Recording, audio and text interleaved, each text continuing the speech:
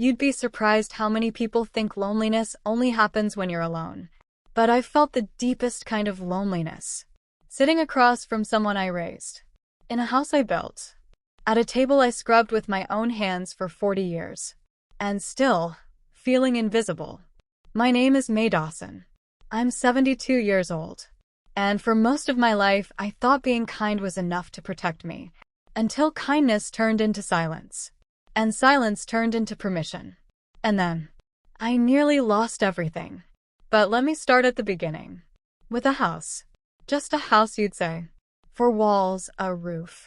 A driveway that's cracked down the middle from a tree root Jim never got around to trimming.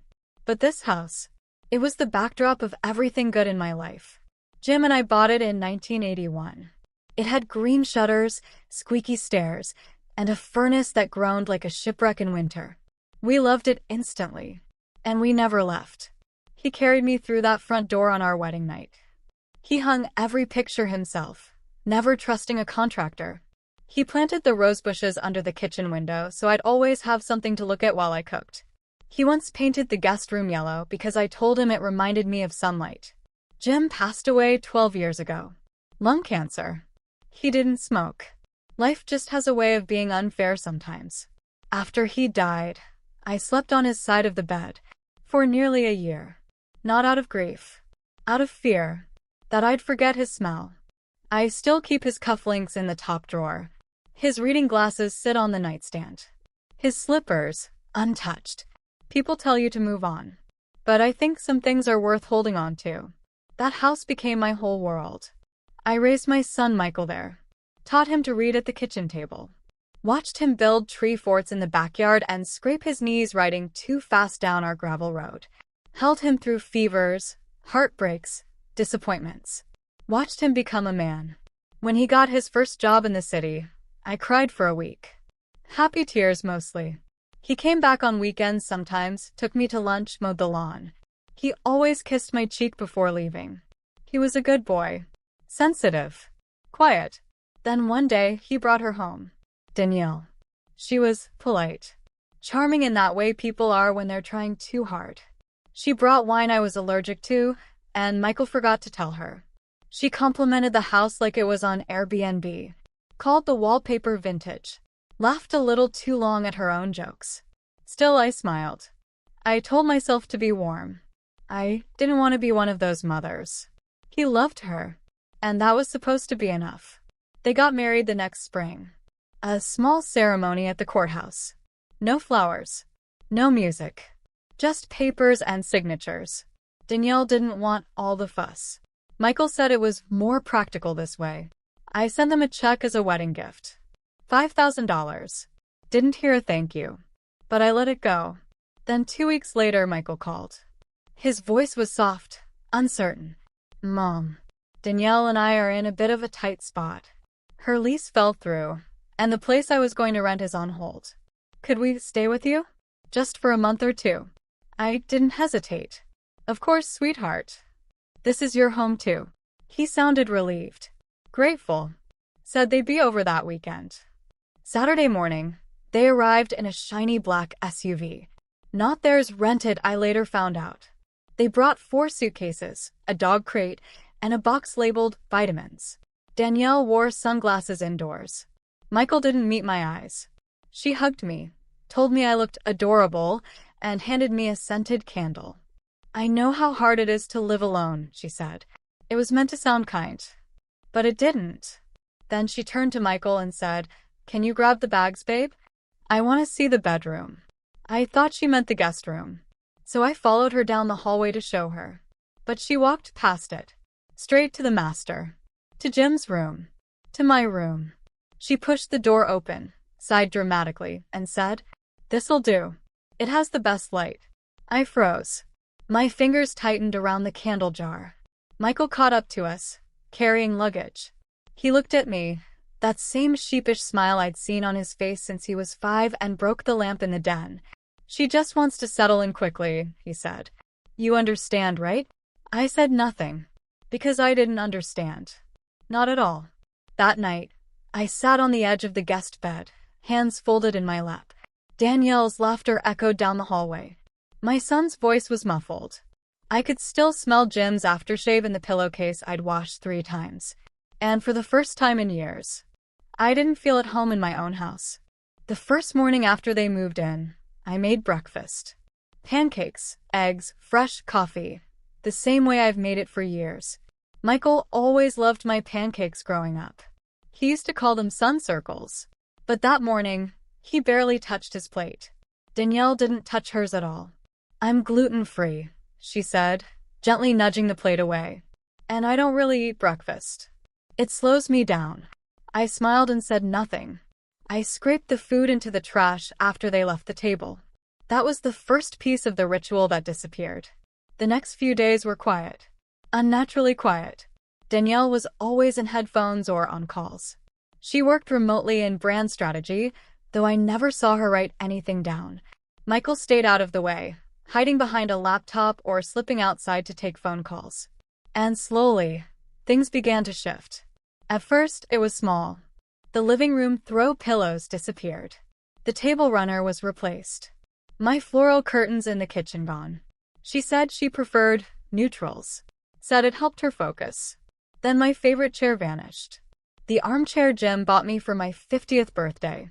The one with the faded rose pattern and creaky springs that had held 1,000 quiet evenings. I found it in the garage, covered with a tarp, like garbage waiting for pickup. I asked Michael about it. He looked confused, then said Danielle thought it didn't match the aesthetic. I laughed nervously. "Since when do we have an aesthetic?" He didn't answer. That night, I sat at the kitchen table and ran my fingers over the scratch where Jim used to drum his spoon when he was thinking. Danielle passed by and dropped a catalog in front of me. "Pottery Barn has some beautiful modern sets," she said. "You know, once we redo the kitchen." I blinked. "Redo?" She smiled. "We could open it up. Maybe add a little island." Michael loves open concept. Wait. The word landed like a stone in my stomach. She didn't see it. Or maybe she did. I excused myself and went to the garden.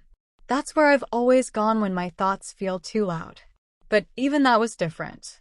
She had moved the potted herbs. Replanted my marigolds. Said something about color theory. Jim used to say marigolds were stubborn little survivors. They thrived where nothing else would. Now they were shoved into a corner behind a new citronella candle display. I pulled off my gloves and sat down on the porch. The dog, theirs, not mine, came over and sniffed at my ankles. I tried to pet him, but he turned away and followed Danielle back inside. It was her house now. She moved like she owned the floorboards. Michael followed her from room to room, answering her questions before I could. Every time I spoke, I felt like I was interrupting something. One night, I went to do laundry and found a laminated schedule on the machine. Laundry times, M&D. Each day blocked into color-coded time slots. I'd been assigned Wednesdays, 3 to 6. Like a tenant. I told Michael I found the schedule a bit much. He sighed and said, "She's just trying to bring some structure. You know how organized she is." I replied, "It's my house." He hesitated, then shrugged. "It's our home now. We all have to adjust." Another stone. The next day, I went to pull out my photo albums. I needed to see something that still felt like mine, to remind myself who I was before this invasion. But they weren't where I left them. I checked every closet, every cabinet, the attic, the hall. Gone. Finally, I walked out to the garage, and there they were, in a plastic bin labeled old paper, underneath a broken lamp and a box of expired protein bars. I opened the top album. My wedding photos. Jim's smile. My dress. The garden where we said our vows. Covered in dust. And on top, a sticky note in neat handwriting. Sort later. I stood there for a long time. Then I heard her behind me. "Oh, I didn't think you'd notice those. I was just organizing. You have so many of these old things." She said it so casually, like they were coupons. Or junk mail. I held the album tight to my chest. She smiled, turned, and walked back inside. That night, I couldn't sleep. I sat by the window in the guest room. Not my room, not anymore. The wind tapped at the glass like it had something to say. But I already knew. This wasn't a visit. This was a quiet eviction. There's a kind of silence that settles in when something sacred is being broken. It doesn't shout. It seeps. Like dampness through old wood. And before you even notice it's there, it's already soaked through everything. That's how the house felt. Different. Not angry. Not loud. Just subdued. Like it was holding its breath. Waiting. Danielle had started bringing people over. Not friends. Associates. Lifestyle coaches. Branding consultants. A yoga instructor who refused to take off her shoes. They laughed in my living room. Rearranged my bookshelves. Took selfies with my fireplace in the background. Every time I entered a room, someone was already in it. Or worse, commenting on it. This rug is so vintage. These curtains are still here? I wasn't part of the house anymore. I was its caretaker. Invisible. Polite. Quiet. Exactly what Danielle wanted. She installed a new home assistant device in the kitchen. It chirped back in a robotic voice whenever she gave it commands. Lights dimmed. Temperature set to 72 degrees. Jim would have hated it. He always said a house should sound like wood and wind, not machines. One afternoon, I came back from the market with fresh bread and a bag of peaches. The front door didn't open. My key didn't work. I stood there, blinking, heart suddenly racing. I tried again. And again. Nothing. I rang the bell. Waited. Danielle opened the door 5 minutes later, phone in hand, no apology on her face. Oh, I meant to tell you, she said. We had the locks changed. Safety reasons. You'll get your copy once we finish the security setup. She shut the door behind me before I could say a word. I stared at my son that evening while we sat in the dining room. Why would you change the locks on me? He wouldn't meet my eyes. It wasn't about you. It's just, she feels safer this way. I wanted to scream. Instead, I whispered, in my own home? He rubbed his forehead like I was the one causing the problem. You're making this bigger than it is, Mom. Then came the breaking point. Sunday morning, I stepped out into the garden with a cup of tea, and stopped. Dead. The rose bushes were gone. Jim's roses. 10 of them, planted in a perfect arc along the back fence after our 10th anniversary. Each one chosen with care. Each one nurtured with love. Gone. In their place, gravel. And a stone bench. Danielle came outside, stretching coffee in hand. Hope you don't mind, she said. The roses were diseased. And let's be honest, they were kind of a mess. This is cleaner. I looked at her. And in that moment, I didn't see a daughter-in-law. I saw a stranger. A stranger who didn't care what I'd built. Or what I'd lost. That evening, I went to retrieve my journals from the attic. I'd kept them since college, a full shelf of handwritten notebooks. Gone. In their place, a row of minimalist storage boxes labeled, to be sorted. I sat on the floor and cried. Not out of sadness. Out of sheer helplessness. Michael came upstairs. Found me with my hands in my lap. Empty. Mom, he said softly. Why don't you take a break? Maybe go visit Aunt Ruth for a while. Just a few weeks. Clear your head. I looked up at him. My head is clear. My house is not. He hesitated. You're not yourself lately. No, I said, I'm exactly myself. That's the problem. Danielle called from downstairs. Something about dinner. Michael left. I stayed in the attic, listening to the creak of the stairs as he descended, and then I saw it. Tucked in a half-open drawer, a piece of paper. A list. Typed. Clean. Bullet points. Transition plan. Research assisted living in the area. Draft talking points for the conversation. Consult eldercare attorney, in case of resistance. Start medical documentation file. Begin weekly incident log. Recommend early cognitive assessment. At the top of the page, May's next chapter. That night, I didn't sleep. I didn't cry. I didn't rage. I planned.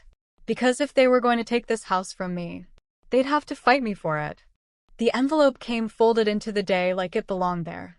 Wedged between junk mail and a charity flyer. Plain white. Clean. Deceptively calm. Inside, a formal notice. Scheduled wellness check. Cognitive evaluation. Initiated by family request. I read it twice before I even blinked. The room felt suddenly smaller. Even the air pulled back. When I walked into the kitchen, the letter was in my hand. I placed it on the table between us like a chess piece. Danielle glanced up from her laptop. "Oh," she said, as if I'd found a grocery receipt. "I meant to tell you about that." No apology. No concern. Just a flick of her wrist and back to her screen. My son was leaning against the counter, arms folded. He looked at the tile. "I'm fine," I said. Danielle smiled that tight, rehearsed smile. "It's just a checkup. Nothing serious. People your age should do these regularly anyway." People your age. Like I'd already been boxed, labeled, shelved. I turned to my son. "You agreed to this?" He looked up. Just for a second. Then back down. "It's just to make sure everything's okay. For your peace of mind. For mine." The audacity nearly knocked the wind out of me. That evening, I sat in the sunroom with a cup of tea that had long since gone cold. I looked around the house. My house. The walls I painted. The floor I cleaned. The curtains I hemmed. And I saw none of me in it anymore. Danielle's furniture. Danielle's paint colors. Danielle's framed quotes about gratitude and alignment. But I wasn't grateful. And I wasn't aligned. I was angry. I went to the garage and opened the old wooden trunk. The one Jim used to keep under lock and key. Inside, every document we ever saved. Deeds. Wills. Power of attorney forms. Even the original floor plan Jim sketched on graph paper in 1983. I laid them out across the table. Like armor. Because I finally understood. This wasn't concern. This was a campaign. 2 days later, the evaluator arrived. Her name was Dr. Penrose. Blonde bob. Beige suit. Shoes that didn't scuff. She smiled like she was already sorry for me. Danielle welcomed her like an old friend. Offered coffee. Led her to the dining room like it was her own. "May," Dr. Penrose said, "this will be casual. Just a few questions to help us understand how you're doing." I smiled. "Ask away." She started with easy ones. "What day is it?" "Thursday." "Where are we?" "My house." "Which we are currently trying to prove, apparently." She chuckled nervously and scribbled something down. "Have you been feeling anxious?" "Only when people try to take my property." She paused. "Do you misplace things?" "Sometimes. But I always find them. Usually where Danielle put them." She didn't laugh. "Can you draw a clock for me?" I did. And then I drew a second one. Below it, I wrote, "This one tells me how long I've been patient." Dr. Penrose blinked, then wrote for a very long time. After the test, I offered her a slice of pie. Homemade. Apricot. My mother's recipe. She declined. Danielle walked her to the door. She whispered something. Probably something syrupy. Strategic. Poison wrapped in kindness. The door closed. I went back to the kitchen. Sat down. Waited. 10 minutes later, Michael came in. She said, "You're confident." "Clear. Totally fine." He almost sounded disappointed. I nodded. "Of course I am." He looked down. She thought you might be overwhelmed." I leaned forward. "She thought I'd be easy to replace." He didn't respond. He didn't defend her. But he didn't defend me either. That night, I found another document in the printer tray. A partially filled power of attorney form. My name already typed. Blank space for a signature. It hadn't been printed that day. It had been waiting. Waiting for the right moment. Waiting for me to surrender. But I wasn't going anywhere. I didn't call the police. I didn't scream. I didn't storm down the hall waving the power of attorney form like a flag. I called Harold. Old friend. Older lawyer. Sharp as the day he argued Jim's zoning case in '92 and got the city to back off our porch extension. We hadn't spoken in years. But I knew if anyone could help me reclaim my voice, it was him. He picked up on the third ring. "May Dawson," he said slowly, like the name had just been pulled out of a box labeled unfinished business. "I need help," I told him. There was a pause, not out of hesitation, but recognition. "What's she trying to take?" I smiled. She already started. The next morning, Harold was in my kitchen before sunrise.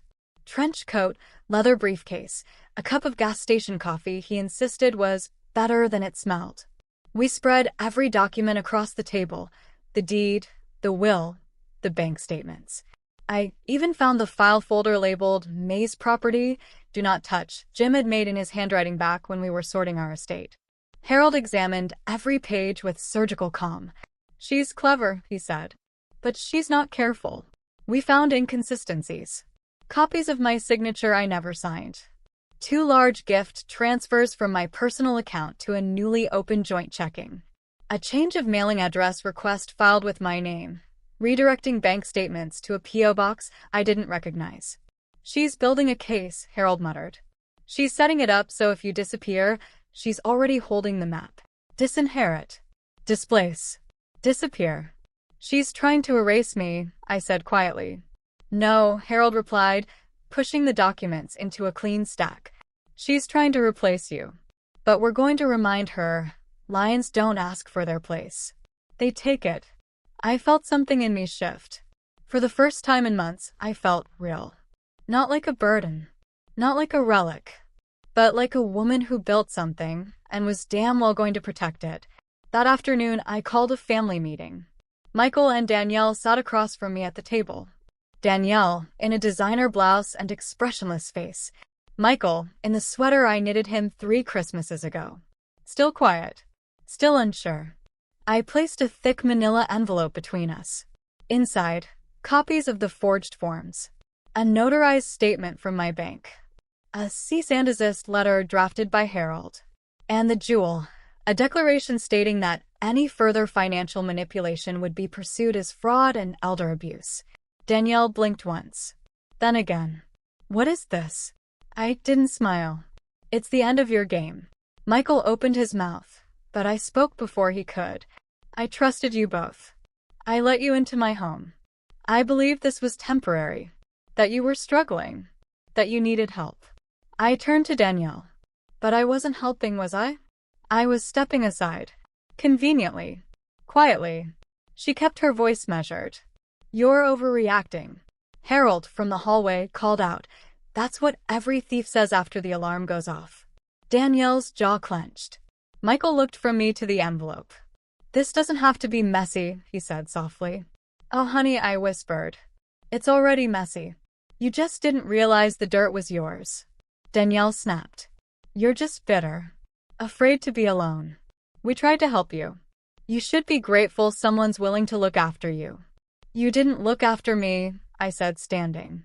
"You looked past me. You looked at my house, my money, my silence, and you thought all of it was yours for the taking." She stood too.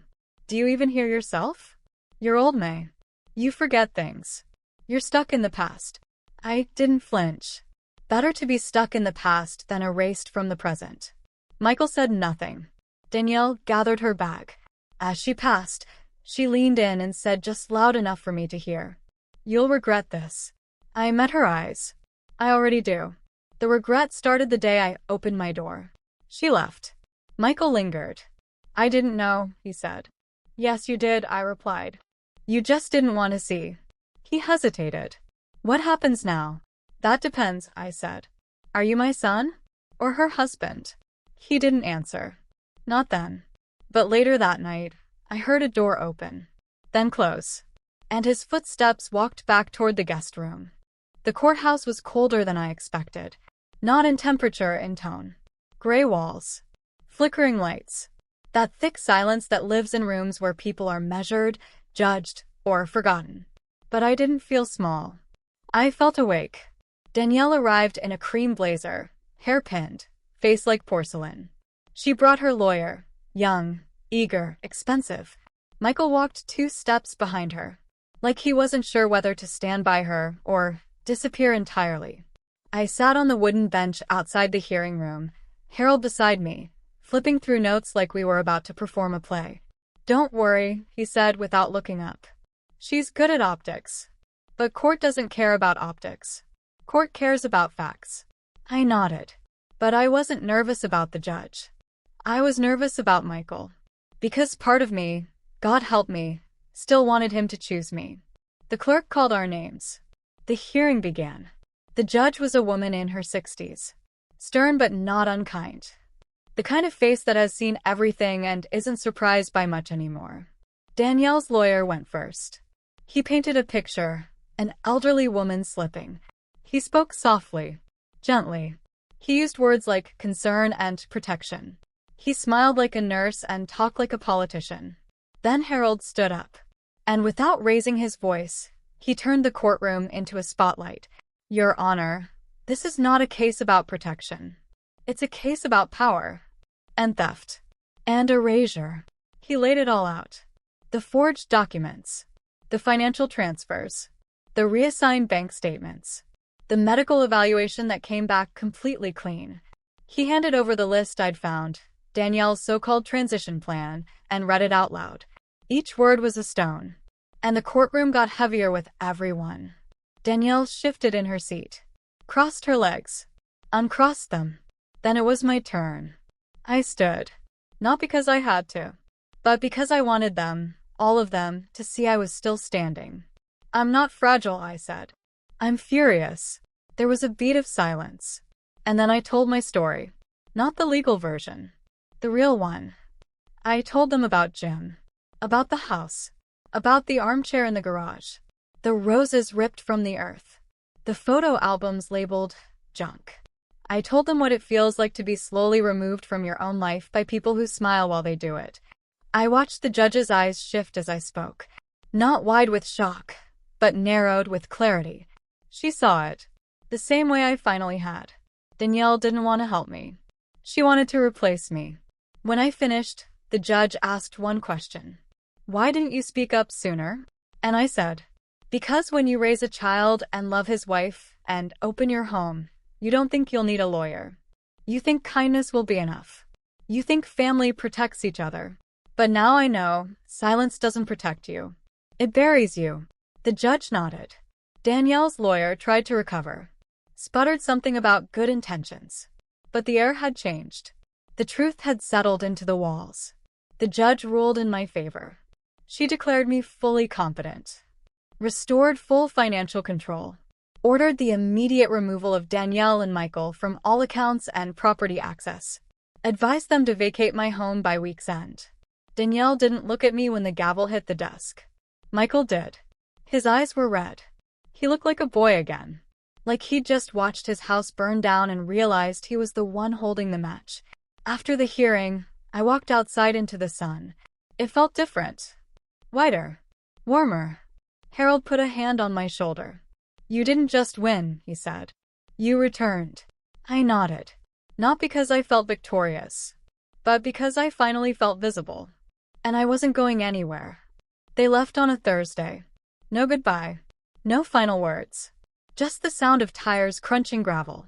And the silence they left behind. Danielle packed fast. Efficient. Like someone fleeing a crime scene. Michael moved slower, shoulders hunched, eyes empty. I watched from the porch as he loaded the last box into the trunk. He didn't look up once. And I didn't call out. Didn't wave. Didn't ask him to stay. Because some losses. You stop fighting.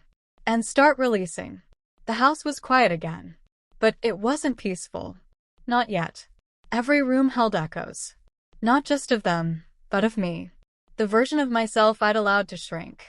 To disappear into politeness. To be called dramatic, stubborn, confused. Until I almost believed it. But not anymore. I began slowly.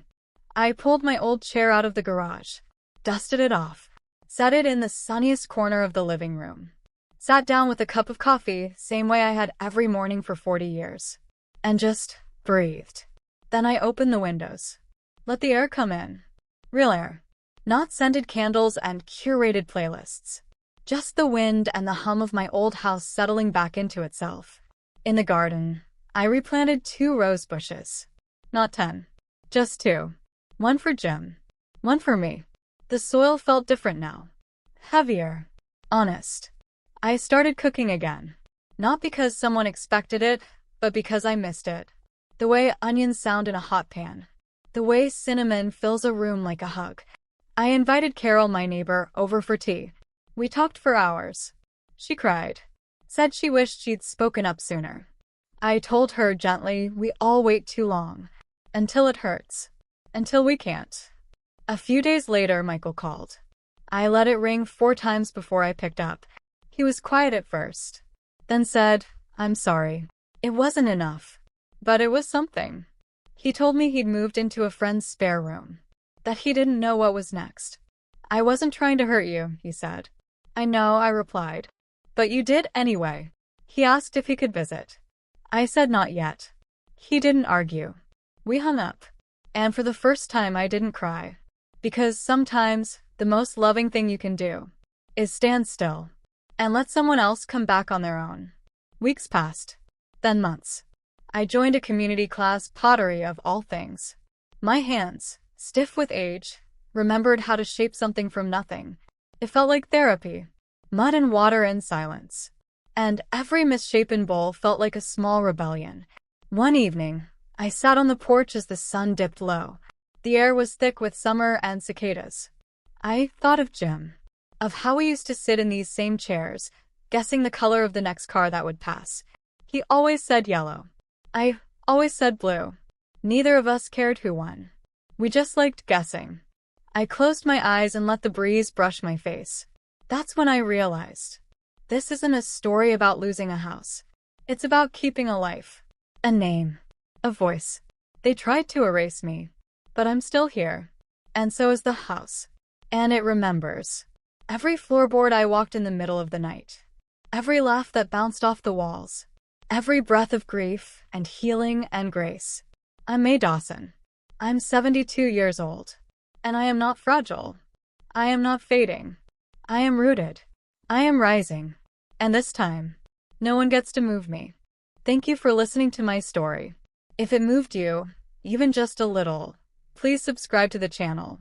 It means more than you know. And now I want to hear from you. Have you ever felt like someone tried to erase your voice? Or take something that was yours to begin with? Tell me your thoughts in the comments. And if you noticed any small mistakes, let me know there too. This voice was created with AI, and your feedback helps make every story stronger. See you in the next one.